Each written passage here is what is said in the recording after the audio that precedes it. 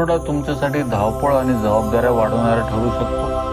घर आणि कामाच्या ठिकाणच्या जबाबदाऱ्या पार पाडण्यासाठी अधिक मेहनत घ्यावी लागेल. नोकरी करणाऱ्यांसाठी आठवड्याची सुरुवात काहीशी आव्हानात्मक राहू शकते. कामे पूर्ण होतील, पण त्यासाठी संघर्ष आणि सातत्याची आवश्यकता भासेल. तुमच्या काम करण्याच्या पद्धतीत सकारात्मक बदल करणे या आठवड्यात महत्त्वाचे ठरेल. विरोधकांच्या हालचालीकडे दुर्लक्ष न करता सावध राहणे आवश्यक आहे. व्यवसाय करणाऱ्यांनी आपल्या कामाचे शांतपणे आत्मपरीक्षण करण्याची गरज आहे.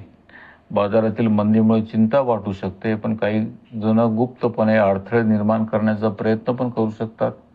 आर्थिक व्यवहार आणि गुंतवणुकीचे निर्णय पूर्ण विचार करूनच घ्या. कामाचा ताण आणि सततची धावपळ यामुळे शारीरिक व मानसिक थकवा जाणवू शकतो. प्रेमसंबंधात घाईगडबड टाळणे अधिक हिताचे ठरेल. मॅरेज जीवनात किरकोळ मतभेद झाले तरी संयम ठेवल्यास नाते संतुलित राहतील.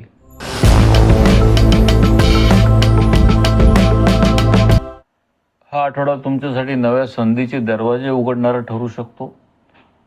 आठवड्याची सुरुवात विशेषतः शुभ आणि लाभदायक ठरण्याची शक्यता आहे. नोकरी, व्यवसाय, मालमत्ताच्या संबंधित अपेक्षा पूर्ण होऊ शकतात.